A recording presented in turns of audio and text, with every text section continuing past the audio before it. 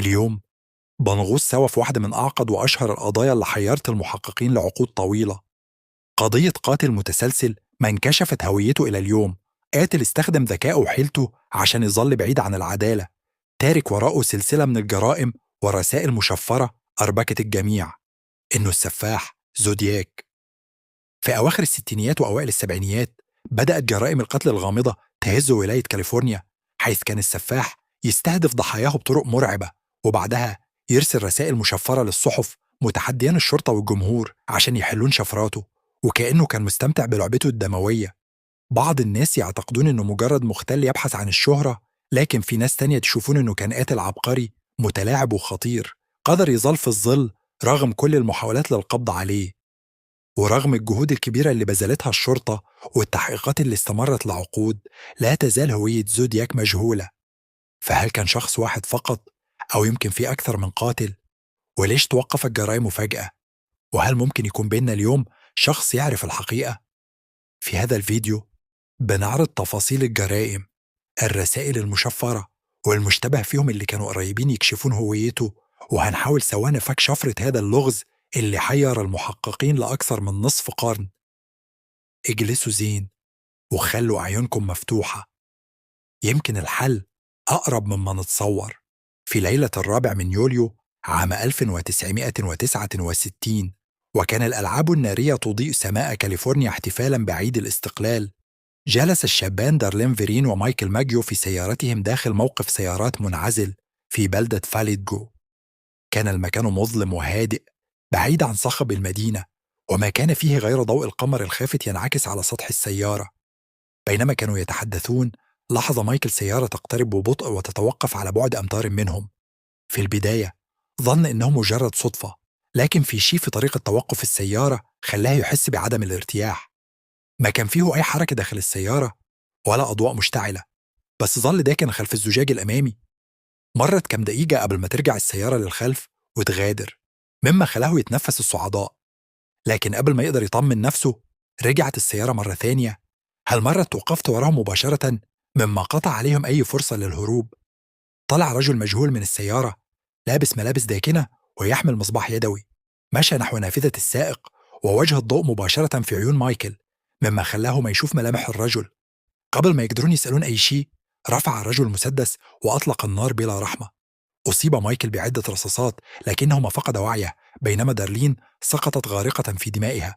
بعدما تأكد القاتل من سقوط ضحيتيه غادر بهدوء بدون ما يترك أي دليل واضح. بعد دقائق من الحادث ورغم إصابته الخطيرة قدر مايكل يزحف للطريق وطلب المساعدة. وصلوا الشرطة والإسعاف بسرعة، لكن دارلين كانت قد فارقت الحياة بالفعل. بينما مايكل ينزف حاول يصف المهاجم، لكنه ما قدر يعطي غير معلومات غامضة.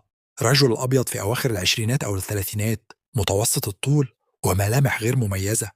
ما كان في بصمات ولا شهود ولا أي دليل ملموس يؤود إلى هوية القاتل. لكن الصدمة الكبرى ما كانت في الجريمة نفسها، بل في اللي صار بعد كذا. بعد أقل من ساعة على إطلاق النار تلقى قسم الشرطة في فاليجو مكالمة هاتفية غريبة. كان المتصل رجل صوته هادي ومتزن، وقال بكل برود: أبغى أبلغ عن جريمة قتل. قتلت شاب وفتاة في موقف السيارات عند كولومبوس بارك، وقتلت كمان الناس اللي كانوا في بحيرة هيرمان قبل كام شهر. قبل ما يقدر الشرطي يسأله أي شيء أغلق المتصل الخط. كان صوته خالي من أي انفعال وكأنه يخبرهم بشيء عادي. هنا بدأ المحققين يدركون أنهم مو قدام جريمة قتل عادية، بل قدام قاتل متسلسل واثق من نفسه، مستمتع بتحدي الشرطة وإثارة الرعب في الناس. ما كانت هذه إلا البداية. بعد أسابيع قليلة من جريمة فاليجو، وبينما الشرطة كانت تحاول تجمع الأدلة، صار شيء غير متوقع. في الأول من أغسطس 1969 تلقت 3 صحف كبرى في كاليفورنيا: سان فرانسيسكو كرونيكل، سان فرانسيسكو إكزامينر، وفاليجو تايمز هيرالد رسائل غامضة من شخص يدعي أنه قاتل دارلين فيرين ومايكل ماجيو، وأيضا المسؤول عن جريمة قتل مزدوجة ثانية صارت في بحيرة هيرمان قبل 7 شهور. الرسائل كانت من 3 صفحات مكتوبة بخط يد واضح، لكنها ما كانت مجرد اعترافات، كانت تحتوي على رموز مشفرة معقدة. وهدد كاتبها إنه إذا ما نشرت في الصفحة الأولى من كل الصحف راح يرتكب المزيد من الجرائم خلال عطلة نهاية الأسبوع. أنا قاتل الناس اللي ذكرتموهم في الأخبار. أحب قتل الناس لأنه ممتع جدا، أكثر متعة من الصيد في الغابة، لأن الإنسان هو أخطر المخلوقات على وجه الأرض. كانت هذه الجملة من أكثر العبارات رعبا في الرسالة. كتب القاتل عن متعته في القتل وكيف إنه يعتقد إنه ما راح ينمسك أبدا. في نهاية كل رسالة كان في توقيع غريب، دائرة في وسطها صليب، وهو الرمز اللي صار لاحقا علامة مميزة للسفاح زودياك. في البداية ترددت الصحف في نشر الرسائل، لكن بعد التشاور مع الشرطة تقرر نشرها مع طلب من الجمهور المساعدة في فك الشفرة الغامضة. بعد أيام وصل زوجين من الهواة في علم التشفير، دونالد وبيتي هاردن، الرسائل، وبدأوا يحاولون فك شفرتها. في أقل من أسبوع قدروا يكشفون بعض معانيها، وكانت النتيجة صادمة. الشفرة كشفت عن رسالة تحمل نفس طابع كلمات القاتل في رسائله الثانية، حيث اتكلم عن متعته بالقتل، لكنه ما ذكر اسمه الحقيقي، وقال إنه ما راح يكشف هويته أبدا، لأنه هذا بيمنعه من جمع عبيده في الحياة الثانية.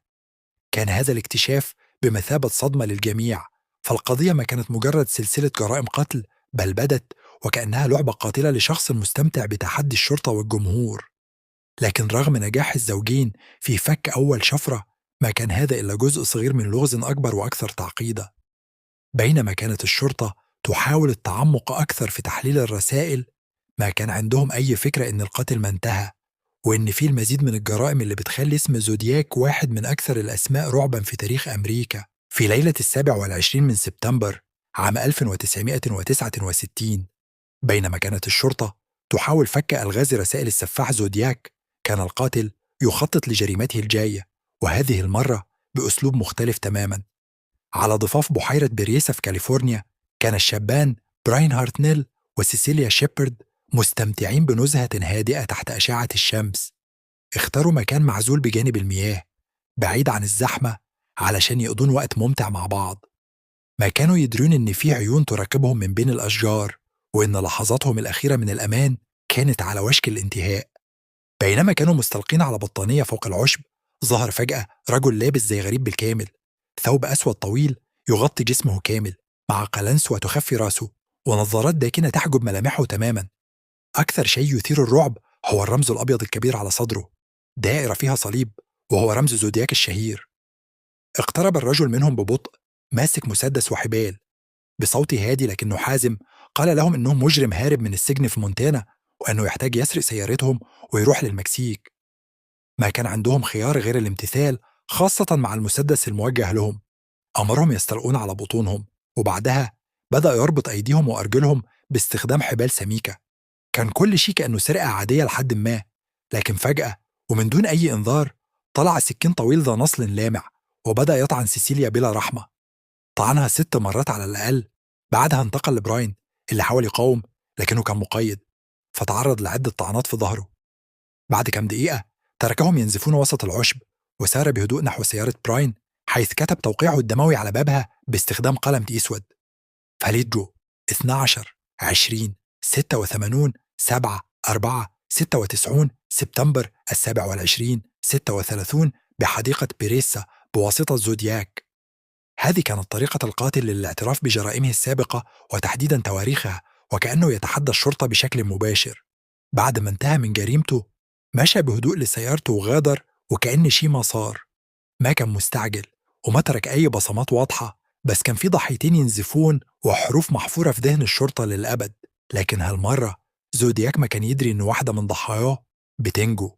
رغم إصاباته الخطيرة قدر براين يبقى على إيد الحياة، وبعد وقت قصير وصل واحد من المرة وأبلغ الشرطة. لما وصلوا المسعفون كانت سيسيليا تتنفس بصعوبة، لكنها فقدت وعيها. تم نقلها بسرعة للمستشفى، لكنها فارقت الحياة بعد يومين متأثرة بجراحها.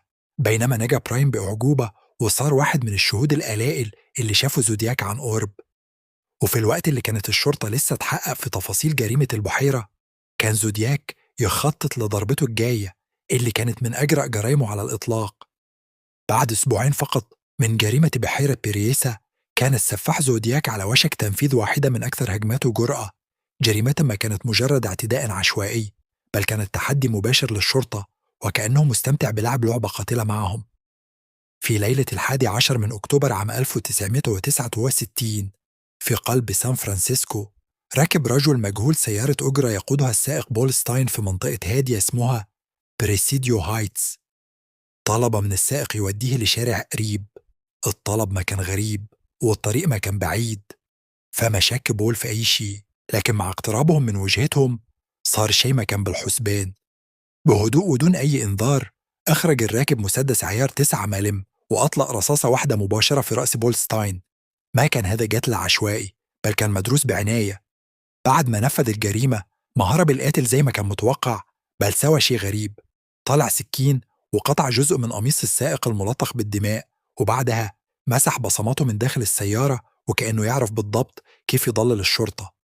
لكن هالمرة ارتكب خطأ ما كان في حسبانه. في الوقت اللي كان زودياك ينفذ جريمته كان في 3 مراهقين ساكنين في بيت قريب وشافوا كل شيء من نافذتهم. شافوا الرجل وهو يمسح سيارته وياخد جزء من القميص، وبعدين يمشي مبتعد بخطوات ثابتة باتجاه زقاق قريب. ما ضيعوا وقت واتصلوا بالشرطة فورا، وقدامه وصف دقيق للمجرم: رجل أبيض في أواخر الثلاثينات أو أوائل الأربعينات، متوسط الطول، ممتلئ الجسم، ويرتدي نظارات. الشرطة استجابت بسرعة وأرسلت دوريات للبحث في المنطقة، لكن اللي صار بعد كذا كان واحد من أكبر الأخطاء اللي خلت زودياك يفلت من العدالة مرة ثانية. لما تلقى الضباط المكلفين بالبحث البلاغ عبر الراديو عطوهم وصف خاطئ وقالوا لهم إن المشتبه فيه رجل أسود.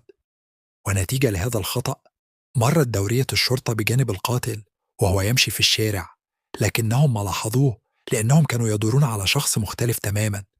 ما كانوا يدركون أنهم كانوا على بعد خطوات قليلة من أكثر القتلة المتسلسلين شهرة في التاريخ. بعد ما أفلت زودياك من الشرطة اختفى تماما في الظلام، وكأن المدينة ابتلعته. ما ترك وراها أي أثر غير جثة بول ستاين وشهادة المراهقين وقطعة القماش الملطخة بالدماء اللي أخدها معه، واللي استخدمها بعد كده لإرسال رسالة مرعبة جديدة للشرطة. بعد أيام وصلت رسالة ثانية لسان فرانسيسكو كرونيكل، لكن هالمرة ما كانت مجرد رسالة عادية. كانت تحتوي على قطعة من قميص بول ستاين الملطخة بالدماء كدليل على أنه كاتب الرسالة هو القاتل الحقيقي. بدأت الرسالة بجملة مخيفة: أنا قاتل سائق التاكسي في بريسيديو هايتس. هذه قطعة من قميصه كدليل. هل بتقدرون توقفوني قبل ما أقتل المزيد؟ لكن الرسالة ما كانت بس اعتراف بالجريمة، كانت مليانة سخرية وتحدي، وكان يدعي أنه راح يسوي شيء أكثر رعبان. هدد أنه بيبدأ يستهدف حافلات المدارس وراح ينتظر لين توقف للأطفال علشان يصعدون، وبعدين يطلق عليهم النار واحد واحد. كان هذا التهديد صدمة مرعبة للمدينة كلها ودفع الشرطة للاستنفار الكامل. تم تكليف وحدات خاصة بحماية الحافلات المدرسية، وأصبح الكل يعيش في خوف مستمر متسائلين متى بيضرب زودياك مرة ثانية. لكن مع كل هذا الخوف ما كان أحد يعرف أن القاتل كان يخطط لشيء أكبر وأكثر تعقيداً، شيء بيخلي قضيته لغز يستمر لعقود بدون حل. في الأشهر اللي بعد جريمة بول ستاين كانت الشرطة في حالة استنفار تام. كل ضابط في سان فرانسيسكو يعرف اسم زودياك، وكل جريدة كانت تنشر نظريات وتحليلات عن هويته الحقيقية. لكن مع كل الضغط هذا كان القاتل يلعب لعبته الخاصة، مستمتع بتحدي الكل. في أواخر 1996 وبداية السبعينات استمر زودياك في إرسال رسائل، وكل واحدة منها كانت أغرب من اللي قبلها. في واحدة من رسائله ادعى أنه قتل 37 شخصة، لكن الشرطة ما قدرت تتأكد من الرقم هذا. بعض الجرائم اللي ذكرها ما كانت تناسب أسلوبه، وهذا خلى المحققين يسألون: هل كان يكذب علشان يزرع المزيد من الرعب أو كان يقول الحقيقة؟ كانت الرسائل مليانة شفرات، بعضها تم فكه والبعض التاني لسه لغز لحد اليوم. واحدة من الشفرات الشهيرة المعروفة باسم زد 340 ظلت غير محلولة أكثر من 50 سنة لحد ما تم فكها في 2020 على يد فريق من علماء التشفير. لكن المفاجأة كانت إن الرسالة ما كشفت عن هوية القاتل، بل كانت مجرد استعراض الآخر لجنونه وتحديه للشرطة. مع مرور الوقت بدأ نشاط زودياك يقل. آخر رسالة أكيدة منه كانت في 1974، وبعدها اختفى تماماً. ما صار في جرائم جديدة، ما في رسائل، ما في شيء، وكأنه تلاشى في الظلام زي ما ظهر فيه أول مرة. لكن الشرطة ما توقفت عن البحث عنه. تم التحقيق مع عشرات المشتبه فيهم، لكن ما كان في دليل قاطع على أي واحد منهم. واحد من أشهر المشتبه فيهم كان آرثر لي ألين، رجل عنده سجل إجرامي وكان يتطابق مع أوصاف بعض الشهود. تم تفتيش بيته ولقوا بعض الأدلة المثيرة، لكن ما تم اتهامه رسميا بسبب عدم وجود دليل قوي يربطه بالجرائم. بعد عقود من التحقيقات وبعد ما توفى كتير من المحققين اللي اشتغلوا على القضية، لسه لغز زودياك واحد من أعظم الألغاز في تاريخ الجريمة.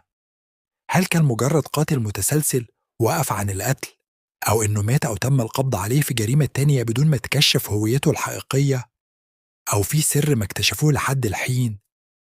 مهما كانت الحقيقة، فإن زودياك ما كان مجرد قاتل، كان كابوس زرع الرعب في قلوب الملايين، وترك وراءه لغز قد ما يحل أبداً